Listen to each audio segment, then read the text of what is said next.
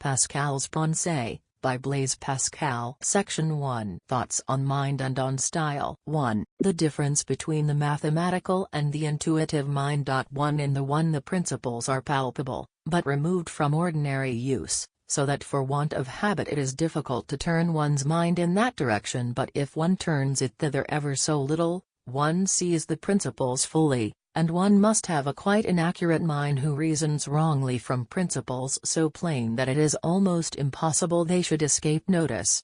But in the intuitive mind the principles are found in common use, and are before the eyes of everybody. One has only to look, and no effort is necessary. It is only a question of good eyesight, but it must be good, for the principles are so subtle and so numerous, that it is almost impossible but that some escape notice.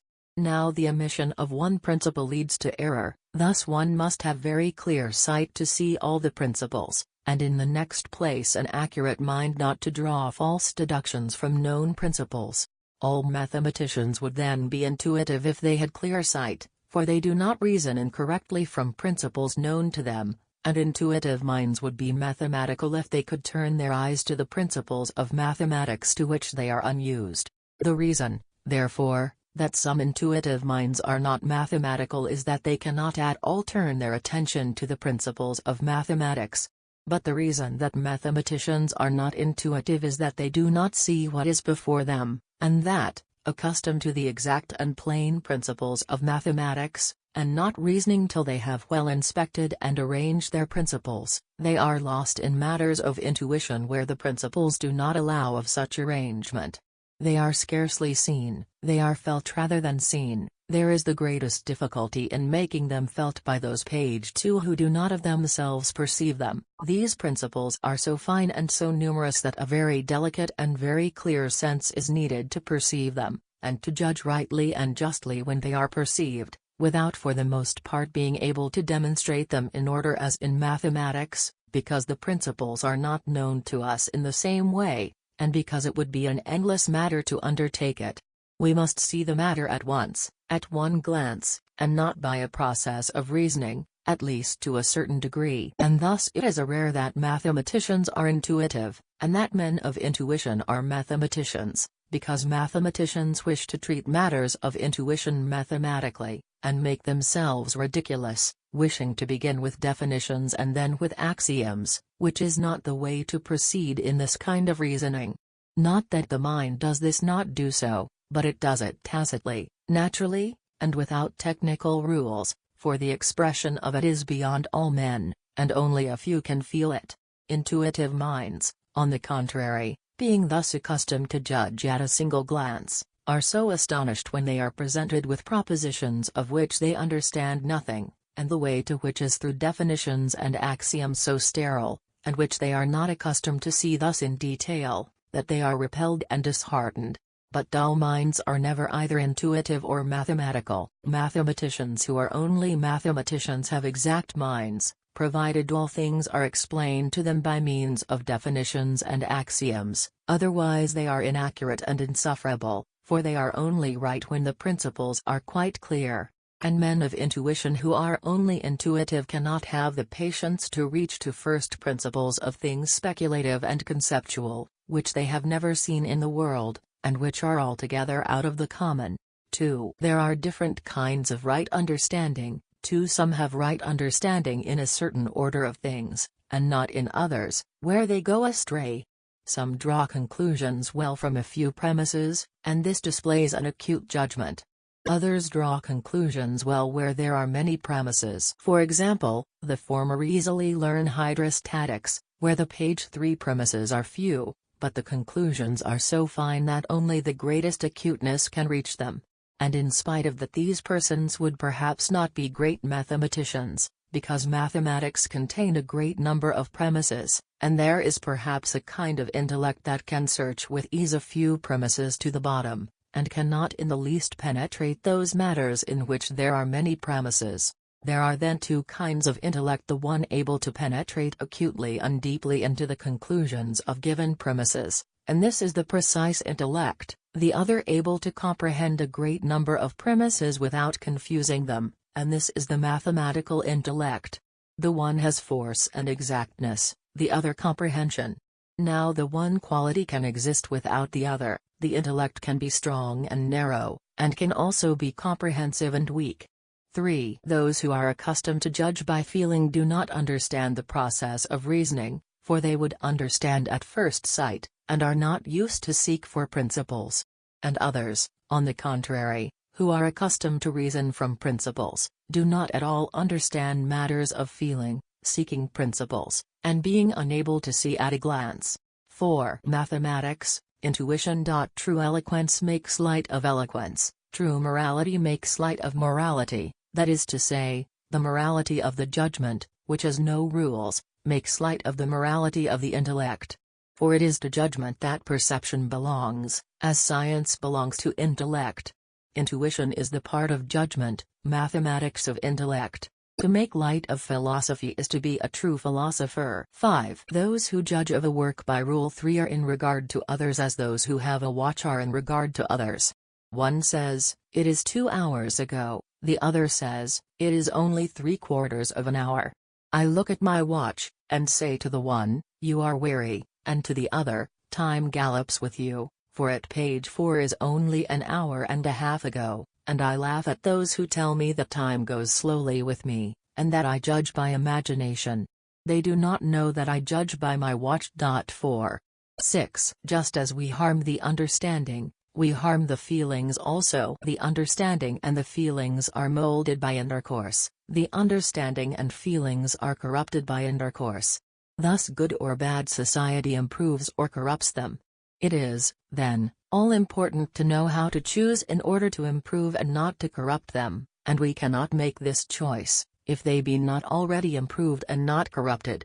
Thus a circle is formed, and those are fortunate who escape it. 7. The greater intellect one has, the more originality one finds in men.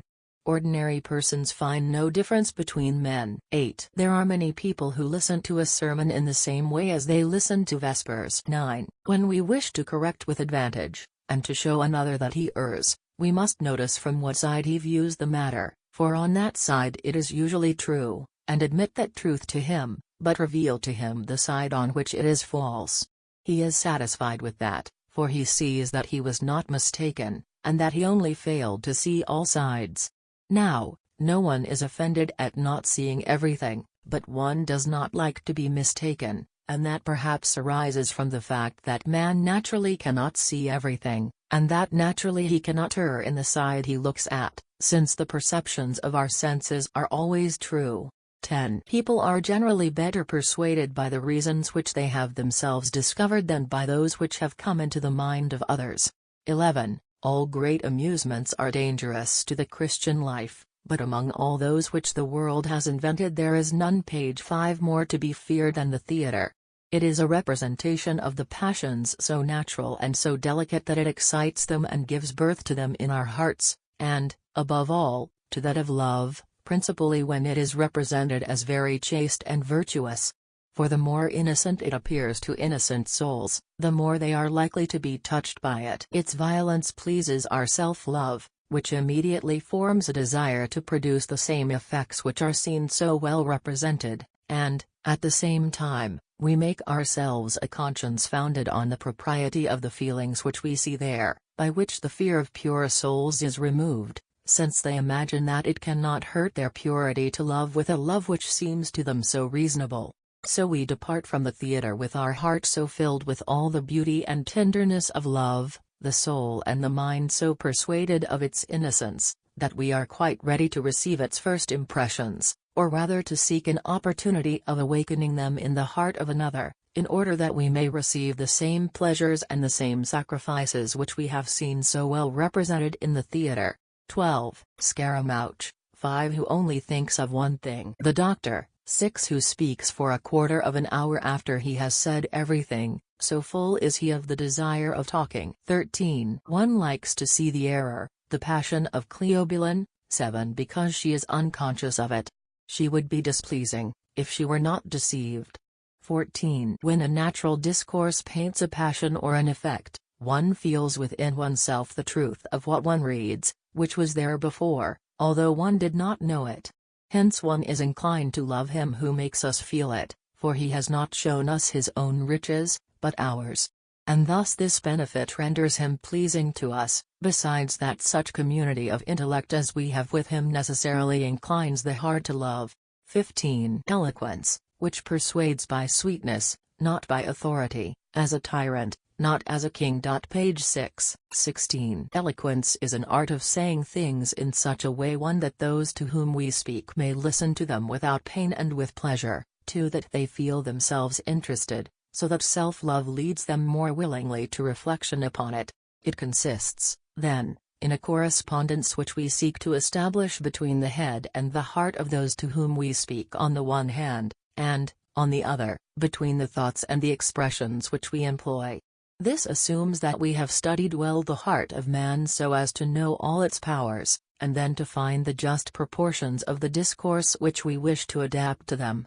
We must put ourselves in the place of those who are to hear us, and make trial on our own heart of the turn which we give to our discourse in order to see whether one is made for the other, and whether we can assure ourselves that the hearer will be, as it were, forced to surrender. We ought to restrict ourselves, so far as possible, to the simple and natural, and not to magnify that which is a little, or belittle that which is great.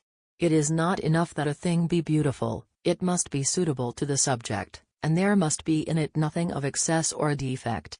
17. Rivers are roads which move, 8. And which carry us whither we desire to go. 18. When we do not know the truth of a thing, it is of advantage that there should exist a common error which determines the mind of man, as, for example, the moon, to which is attributed the change of seasons, the progress of diseases, etc. For the chief malady of man is restless curiosity about things which he cannot understand, and it is not so bad for him to be in error as to be curious to no purpose.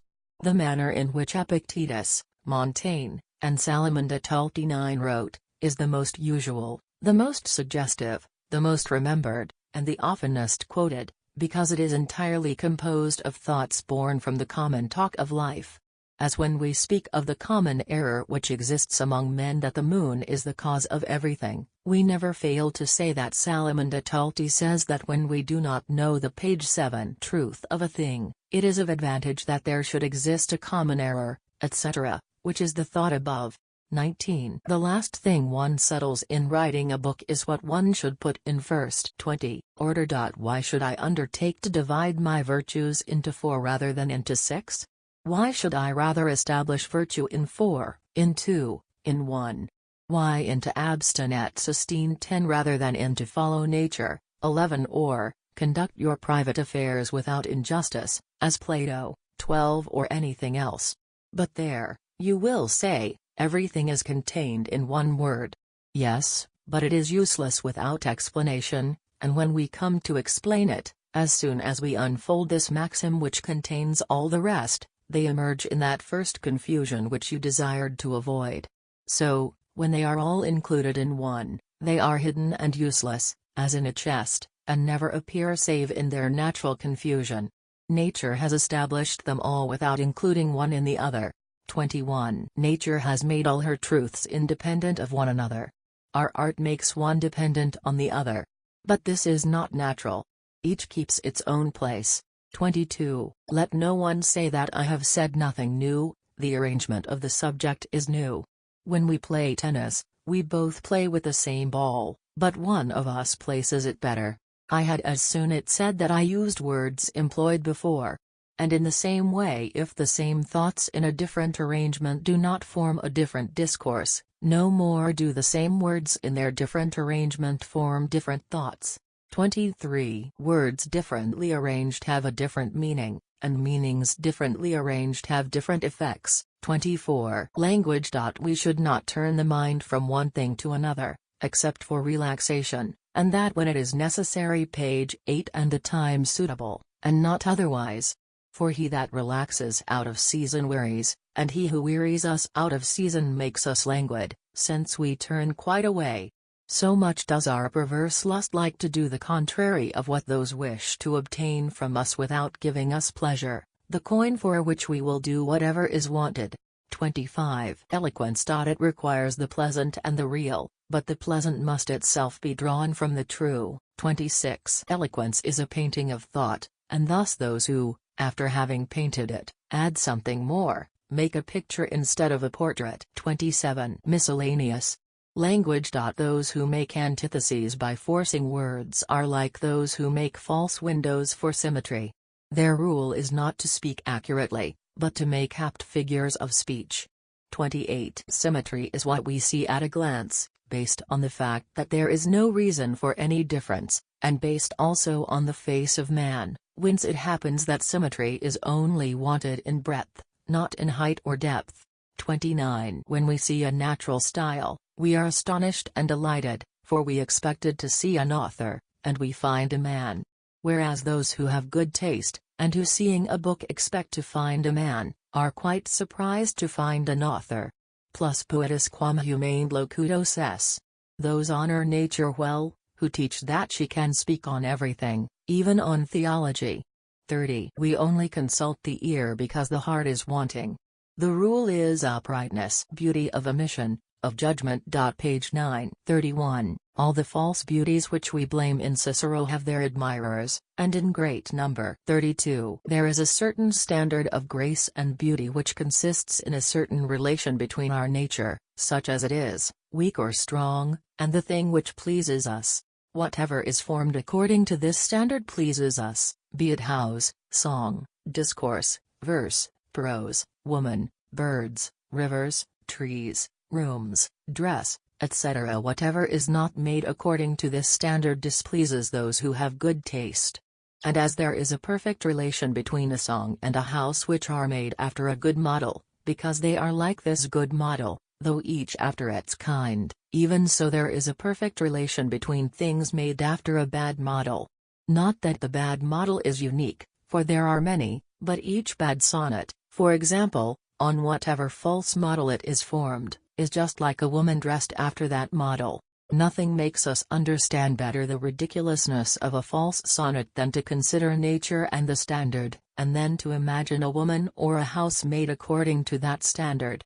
33. Poetical beauty. As we speak of poetical beauty, so ought we to speak of mathematical beauty and medical beauty. But we do not do so, and the reason is that we know well what is the object of mathematics, and that it consists in proofs, and what is the object of medicine, and that it consists in healing. But we do not know in what grace consists, which is the object of poetry. We do not know the natural model which we ought to imitate, and through lack of this knowledge, we have coined fantastic terms, the golden age, the wonder of our times, fatal, etc., and call this jargon poetical beauty. 13. But whoever imagines a woman after this model, which consists in saying little things in big words, will see a pretty girl adorned with mirrors and chains, at whom he will smile, because we know better wherein consists the charm of woman than the charm of verse. But those who are ignorant would admire her in this dress, and there are many villages in which she would be taken for the queen, hence we call sonnets made after this model village queens. Page 10. 34. No one passes in the world as skilled in verse unless he has put up the sign of a poet, a mathematician, etc. But educated people do not want a sign, and draw a little distinction between the trade of a poet and that of an embroiderer. People of education are not called poets or mathematicians, etc., but they are all these, and judges of all these. No one guesses what they are. When they come into society, they talk on matters about which the rest are talking. We do not observe in them one quality rather than another, save when they have to make use of it. But then we remember it, for it is characteristic of such persons that we do not say of them that they are fine speakers, when it is not a question of oratory, and that we say of them that they are fine speakers, when it is such a question. It is therefore false praise to give a man when we say of him, on his entry, that he is a very clever poet, and it is a bad sign when a man is not asked to give his judgment on some verses. 35. We should not be able to say of a man, he is a mathematician, or a preacher, or eloquent, but that he is a gentleman. That universal quality alone pleases me. It is a bad sign when, on seeing a person, you remember his book. I would prefer you to see no quality till you meet it and have occasion to use it. Nequid nimis 14, for fear someone quality prevail and designate the man.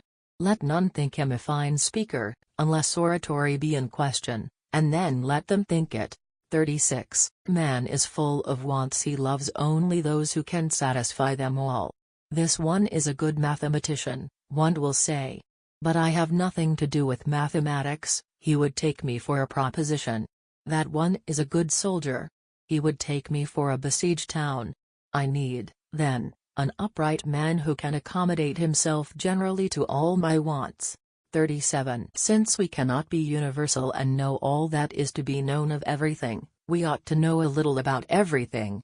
For it is far better to know something about everything, page 11, than to know all about one thing. This universality is the best. If we can have both, still better, but if we must choose, we ought to choose the former. And the world feels this and does so, for the world is often a good judge.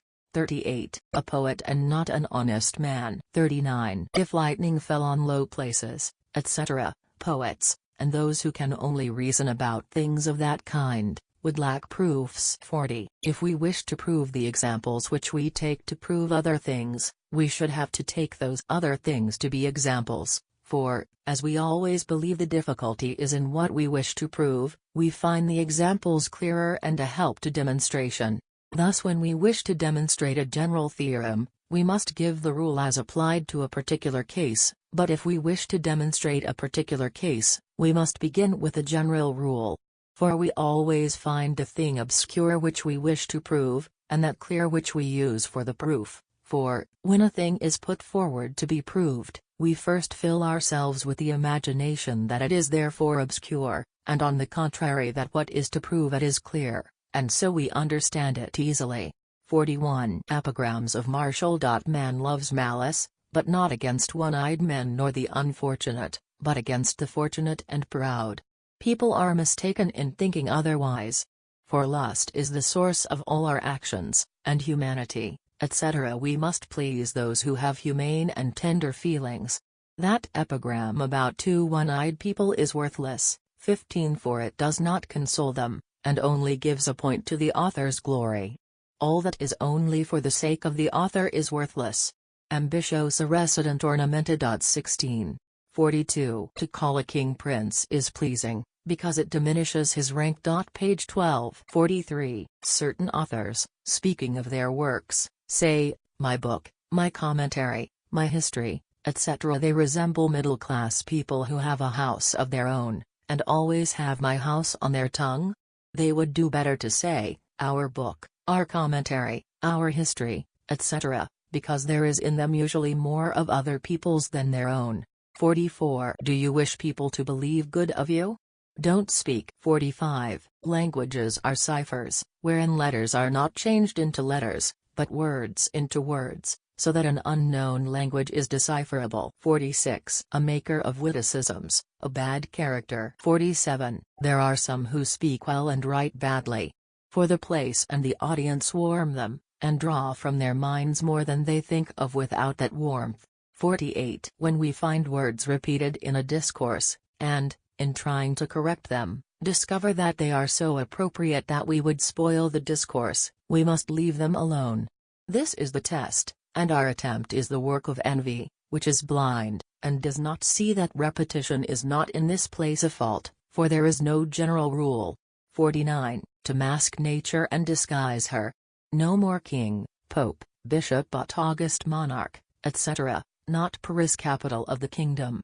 There are places in which we ought to call Paris, Paris, and others in which we ought to call it the capital of the kingdom. 50. The same meaning changes with the words which express it. Meanings receive their dignity from words instead of giving it to them. Examples should be sought, page 13. 51. Skeptic, for obstinate. 52. No one calls another a Cartesian. 17. But he who is one himself, a pedant but a pedant, a provincial but a provincial, and I would wager it was the printer who put it on the title of letters to a provincial. 53. A carriage upset or overturned, according to the meaning to spread abroad or upset, according to the meaning. The argument by force of M. Lanma I circumflex 18 over the friar. 54. Miscellaneous. A form of speech, I should have liked to apply myself to that. 55. The apparative virtue of a key, the attractive virtue of a hook. 56. To guess the part that I take in your trouble. The Cardinal 19 did not want to be guessed. My mind is disquieted. I am disquieted is better. 57. I always feel uncomfortable under such compliments as these. I have given you a great deal of trouble. I am afraid I am boring you. I fear this is too long. We either carry our audience with us, or irritate them. 58. You are ungraceful. Excuse me, pray. Without that excuse I would not have known there was anything amiss. With reverence be it spoken. The only thing bad is their excuse. 59. To extinguish the torch of sedition, too luxuriant. The restlessness of his genius, too superfluous grand words.